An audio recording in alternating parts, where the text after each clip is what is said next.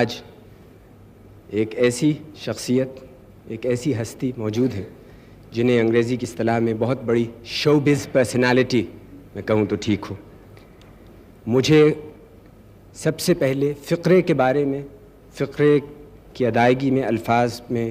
کھچاؤ اور تناؤ کے احساس سے انہی نے روشناس کرایا۔ گو وہ اپنے بارے میں کہتے ہیں کہ کج کلاں ہوں کہے یہ شہر یہاں بندہ نواز، کون پہچانے گا مجھ خاک بسر کی صورت۔ لیکن میں سمجھتا ہوں کہ یہاں یہ کراچی شہر کج کلاں کا نہیں ہے، بہت سے لوگ انہیں جانتے ہیں، انہیں پہچانتے ہیں۔ بہت بڑے فنکار، میرے بزرگ، میرے محترم جناب ذوالفقار علی بخاری۔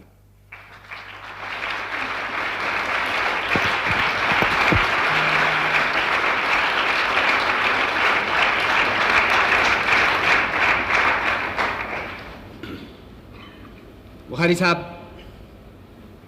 آواز بخاری، ریڈیو بخاری، شاعر بخاری، موسیقار بخاری، اداکار بخاری، اتنی بہت سی آپ کی شخصیت کے روپ ہیں۔ یہ کیا آپ ہفتے کے ایک دن کی طرح،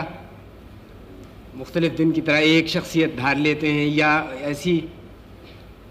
ہماگیر شخصیت آپ کی ہو چکی ہے کہ ہر وقت یہ گڈمڈ رہتی ہیں یہ چیزیں؟ صاحب آپ نے کہا کہ تو یہ ہے تو وہ ہے تو وہ ہے تو یہ ہے، لیکن میں فرض کر لیتا ہوں کہ جو کچھ آپ کہتے ہیں میں وہ ہوں، لیکن انسان بننا چاہتا ہوں آج تک نہیں بن سکتا۔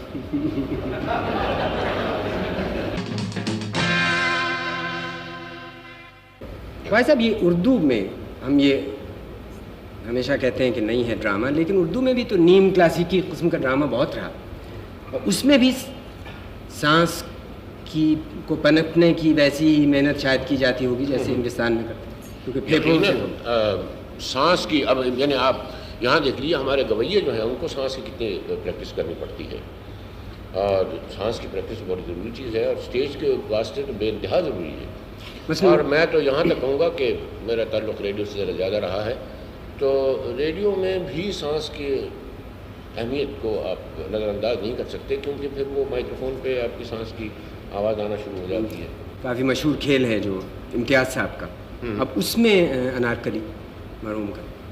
اب اس میں بھی ایک آدھ اسپیچ، ایک آدھ تقریر ایسی آتی ہے جس کو تقریباً کلاسیکی قسم کا رنگ، مجھے یاد ہے ایک زمانے میں آپ نے شاید وہ کچھ یوں تھا کہ راوی کے دلشاد ملا تو کیوں نہ گائے، لہریں نیند میں بہہ رہی ہوں اور کشتی اپنے آپ چلی جا رہی ہو تو پھر بھی نہ گائے، تو کیا جانے جب وقت کی ندی بہتے بہتے سست پڑ جاتی ہے، جب امید ساتھ چھوڑ دیتی ہے تو کیا ہوتا ہے، جا شفقدار لہروں پر گاتا ہوا چلا جا، اور خوش ہو کہ تو شہزادہ نہیں، ورنہ سنگ مرمر کی چھتوں کے نیچے اور بھاری بھاری پردوں کے اندر تیرے گیت بھی دبی ہوئی آہیں ہوں گے۔